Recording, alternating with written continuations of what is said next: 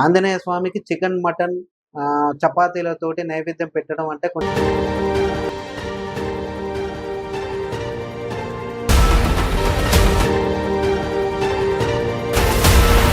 ఇలాంటి దృశ్యాలు గాని, ఇలాంటి వీడియోలు చూసినప్పుడు నమస్తే, వెల్కమ్ టు మై ఛానల్. నేను మీ వినోద్. మనం ఏదైనా గుళ్ళకు వెళ్ళినప్పుడు ఆ దేవి దేవతలకు సంబంధించినటువంటి నైవేద్యాలు పెడతా ఉంటాం. అంటే కొత్తగా మనం సృష్టించి గాని, లేదు అంటే ఎవరో ఏదో చెప్పారని గాని మనం అలాంటి పనులు చెయ్యమన్నట్టు. అంటే దానికి భిన్నమైనటువంటి అంటే దానికి ఆపోజిట్ అయినటువంటి నైవేద్యాలు గాని మనం ఎక్కడ పెట్టినట్టు చూడలేదు, చూడం కూడా. అలాంటిది ఒక ఒక దగ్గర అసలు మనం రోజు పూజ చేసే మనం రోజు కొలుచుకునేటువంటి ఒక దేవునికి విభిన్నమైనటువంటి నైవేద్యాలు పెట్టడం జరిగింది. అది ఇప్పుడు ఒక రకమైనటువంటి చర్చనీయాంశంగా మారింది. అంటే అది మరి పూర్వకాలం నుండి వస్తుందా? లేదు అంటే ఈ మధ్య కాలంలోనే మొదలైందా అనేది తెలియనటువంటి పరిస్థితి. అక్కడ ఉండేటువంటి స్థానికులు ఏమంటున్నారంటే పూర్వకాలం నుండే వస్తున్నటువంటి ఆచారం అని అక్కడ ఉండే అటువంటి స్థానికులు ఎవరైతే ఉన్నారో వారు చెప్తున్నటువంటి విషయం. ఏం కానీ చికెనా? ఈడ చికెన్ కూర వండుతున్నారు చూడండి. కానీ మనం అసలు ఇలాంటి ముచ్చట ఎక్కడ వినలేదు. అంటే ఆ దేవునికి ఇలాంటి నైవేద్యం పెట్టొచ్చా అనే అక్కడే ఆగిపోతామే తప్ప అసలు ఆ తాటుగుడం రానటువంటి ఆ ఆలోచన మరి వాళ్ళకి ఎలా వచ్చిందనేది ఇప్పటికీ అర్థం కాని విషయం. అసలు అది ఏ దేవుడు ఏ నైవేద్యం అని అనుకుంటున్నారా? ఆంజనేయ స్వామికి చికెన్, మటన్ తోటి నైవేద్యం పెట్టడం ఎక్కడైనా చూశారా? కానీ ఇక్కడ జరిగింది అది.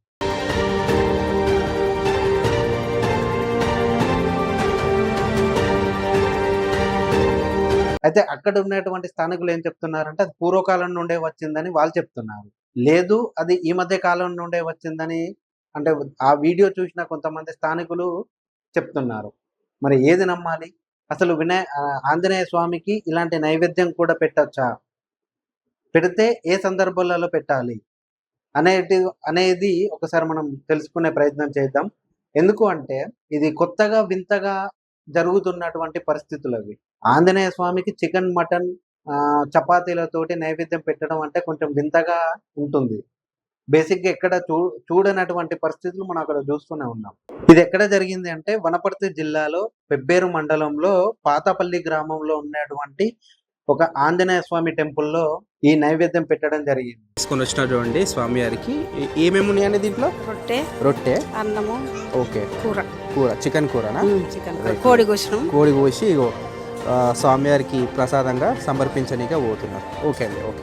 బేసిక్ గా అక్కడ ఉండే అటువంటి పూజారి ఏమంటున్నాడు అంటే పూర్వకాలం నుండి వస్తున్న ఆచారము, ఇది కొత్తగా ఇప్పుడేం రాలేదు అని అతను అంటున్నాడు. అక్కడ ఉండే అటువంటి స్థానికులు కూడా అదే చెప్తున్నారు. ఇప్పుడు స్వామివారికి ప్రసాదంగా ఏమేమి ఇస్తారు ఇప్పుడు మీరు? రొట్టెలు, చికెన్, బగారా రైస్, అవన్నీ మళ్ళీ ఇచ్చేసి. మరి నేనెప్పుడు వినలేదు ఇలాంటి ఆచారాన్ని, ఇలాంటి ఆచారాన్ని అసలు చూడలేదు. ఎందుకంటే ఆంజనేయ స్వామికి మనం స్నానం చేయకపోయినా కూడా మద్యం సేవించినా కూడా మాంసాహారం తిన్నా కూడా ఆ టెంపుల్లోకి వస్తే ఎలాంటి ప్రభావం ఉంటుందో మన అందరికీ తెలిసిన విషయం. అలాంటిది డైరెక్ట్ గా స్వామి వారి ముందే ఇలాంటి నైవేద్యం పెట్టి అలాంటి అర్చన చేయడం అనేది అసలు కొంచెం వింతైనటువంటి ఈ ఆచారాన్ని చూసి షాక్ కి గురయ్యాను. ఇది ఫస్ట్ టైం చూస్తున్నటువంటి ఇలాంటి ఆచారాన్ని ఇంకా నా మనసులో నుండి పోవట్లేదు బేసిక్గా. ఎందుకంటే మనం ఆంజనేయ స్వామికి ఎంత నియమ నిష్టలతో ఉంటామో మనందరికీ తెలిసిన విషయం. ఖచ్చితంగా ఆంజనేయ స్వామి అంటే కొంచెం పవర్ఫుల్ గాడ్ అనే చెప్పుకోవచ్చు. అలాంటి స్వామి ముందు ఇలాంటి పదార్థాలు నైవేద్యంగా పెట్టడం అంటే అసలు అది మరి ఎవరు తెచ్చిన ఆచారం ఎప్పటి నుండి వస్తుంది, ఎక్కడి నుండి వచ్చింది అనేది ఎవరికీ తెలియనటువంటి పరిస్థితి. అది ఇన్ని రోజులు బయటికి రాలేదు. ఫస్ట్ టైం ఒక ఛానల్ వాళ్ళు బయటికి తీస్తున్నారు. సో అక్కడ ఉండే అటువంటి స్థానికులు కూడా ఇది మన పాత ఆచారమే, ఇక్కడనే అండుకొని నైవేద్యం పెట్టేసి మేము కూడా తినేసి వెళ్ళిపోతామని వాళ్ళు కూడా చెప్తున్నటువంటి పరిస్థితులు మనం చూస్తూనే ఉన్నాం. బేసిక్గా మనం కొండగట్టులో చూసుకున్నట్టయితే అక్కడ మొత్తం మన అంటే దర్శనం అయిపోయిన తర్వాత బేతాళునికి అంటే మనం ఏదైనా కోరికలు కోరిన తర్వాత అవి నెరవేరిన తర్వాత బేతాళునికి యాటను కానీ కోళ్ళను కానీ కోసిన తర్వాత అవి కిందికి తీసుకొని అంటే ఆ టెంపుల్ కొన్ని ఈ కింద ఉండే అటువంటి ఒక గ్రామం ఉంటుంది. ఆ గ్రామానికి కనీసం ఒక 2-3 కిలోమీటర్ల డిస్టెన్స్ ఉంటుంది.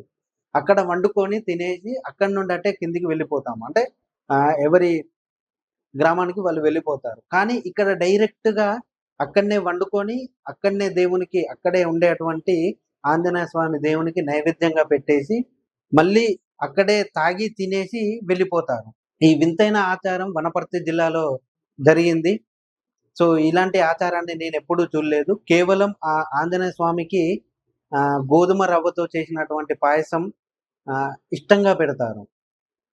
అలాంటి పాయసాన్ని పెట్టాలే గానీ, ఇలాంటి ఆచారం మరెక్కడి నుండి వచ్చిందో, ఎలా వచ్చిందో ఇప్పటికీ అర్థం కాని విషయం. కేవలం పురాతన కాలం నుండి వచ్చింది అంటే, అప్పుడు తెలవక వాళ్ళు వాళ్ళకున్న దాంట్లో ఏదో పెట్టడం జరిగింది. కానీ ఇప్పుడున్న సిట్యుయేషన్‌లో అలా కాదు గదా! మనకి అంటే ఏ దేవునికి ఏ నైవేద్యం పెడుతున్నాం అనేది అందరికీ తెలిసిన విషయమే. ఖచ్చితంగా అందరూ తెలిసిన విషయమే. తెలవకపోతే తెలుసుకొని పెట్టాలి. అంతేగాని ఇలా చికెన్‌లు, మటన్‌లు పెట్టేసి దేవీ దేవతలను అవమానించడమే జరుగుతుంది. బేసిక్‌గా మనం పూర్వకాలంలో చూసుకుంటే ఇలాంటి అంటే రవ్వలు గాని, లేదంటే ఇలాంటివి లేకపోయేసరికి వాళ్ళకు ఉండే అటువంటి ఆ కొద్ది మొత్తంలోనే అంటే వాళ్ళకుండే అటువంటి దానిలోనే సర్దిపెట్టి దేవునికి నైవేద్యంగా పెట్టేవారు. అలాంటి ఆచారం ఇప్పుడు మళ్ళీ బయటికి తీయాలి అంటే కష్టంగా ఉంటుంది. ఎందుకంటే ఇప్పుడు దానికి సంబంధించినటువంటి నైవేద్యాలు ఇప్పుడున్నాయి. అవే పెట్టాలే గానీ ఇలా చికెన్, మటన్‌తోని పెట్టడం మరి విడ్డూరంగా ఉంది. ఎందుకంటే ఆంజనేయ స్వామికి ఈ మంగళవారం గాని, శనివారం గాని భక్తి శ్రద్ధలతోటి పూజలు ఎలా చేస్తామో మనందరికీ తెలిసిన విషయం. అలాంటప్పుడు మనం ఇలాంటి దృశ్యాలు గాని, ఇలాంటి వీడియోలు చూసినప్పుడు అసలు ఎంత బాధేస్తుందంటే, నిజంగా ఆంజనేయ స్వామికి మరి వేరే రూపం ఏదైనా ఉందా? నిజంగా ఆంజనేయ స్వామికి ఎన్ని రూపాలున్నాయి అంటే 5 రూపాలున్నాయి. 5 రూపాలు అవి ఏంటి అంటే, హనుమాన్ తూర్పున చూస్తాడు, నరసింహ దక్షిణ ముఖంగా ఉంటాడు, గరుడ పడమర ముఖంగా ఉంటాడు, వారాహ ఉత్తర ముఖంగా ఉంటాడు, హయగ్రీవ పైకి చూస్తాడు. ఈ 5 రూపాలే తప్ప మరి మిగతా ఏమన్నా రూపాలున్నాయా అంటే మరి నాకైతే తెలియదు. ఒకవేళ మీకు తెలిస్తే కామెంట్‌లో చెప్పండి. ఇంకొకరు ఏమంటున్నారంటే మార్గట హనుమాన్ అని కొంతమంది అంటున్నారు. అంటే మార్గట హనుమాన్‌కి ఈ సాధనలో నాన్ వెజ్ వండి పెడతారు. ఎందుకంటే భూత ప్రేతాత్మలు దగ్గరికి రాకుండా అంటే ఆ దేవుడు కాపాడతాడని కొంతమంది అంటున్నారు. మర్గట హనుమాన్ అనేది నేను కొత్తగా వింటున్నా. ఏ హనుమాన్ అయినా కూడా బేసిక్‌గా మన హనుమాన్‌కి కొన్ని నియమాలు, నిష్టలు ఉన్నాయి. అంటే ఏ విధంగా పూజించాలి, ఏ విధంగా నైవేద్యం పెట్టాలి, ఏ రోజున పూజించాలి అనేది ఖచ్చితంగా మనకందరికీ తెలిసిన విషయం. అలాంటివి వదిలిపెట్టుకొని ఇలాంటివి అంటే ఈ మాంసంతో గాని, మద్యంతో గాని అర్చన చేయడం, పూజించడం వంటివి మూఢో నమ్మకాల కిందకి వస్తాయి తప్ప ఇది ఆచారం కిందకి రాదు. ఎందుకంటే బేసిక్‌గా మనం ఇప్పుడున్న సిట్యుయేషన్‌లో ఈ వీడియో హల్చల్ అవుతుంది. చాలా అంటే చాలా హల్చల్ అయితుంది. కారణం ఏంది అంటే హనుమంతునికి ఇలాంటివి నైవేద్యంగా పెడతారా?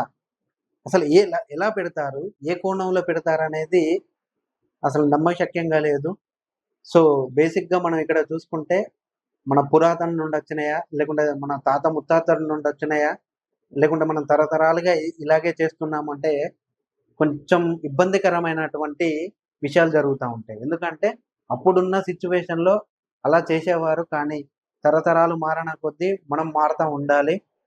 అప్పుడే మన ఇప్పుడున్న సిట్యుయేషన్‌లో ఇప్పుడేం పెడుతున్నారు? ఎలా పూజించాలనేది మనందరికీ తెలిసిందే కాబట్టి ఆ విధంగానే పూజించాలే తప్ప ఇలాంటివి పూజించి దయచేసి హనుమంతుని యొక్క ప్రతిమకు భంగం గాని, లేదు అంటే భక్తులకి ఇబ్బందికరమైనటువంటి విషయాలు చేయకూడదని మనస్ఫూర్తిగా కోరుకుంటున్నాను. ఈ వీడియో గనక మీకు నచ్చినట్టయితే లైక్, షేర్ తప్పకుండా చేయండి. మన ఛానల్‌ని సబ్స్క్రైబ్ చేయండి. Thank you.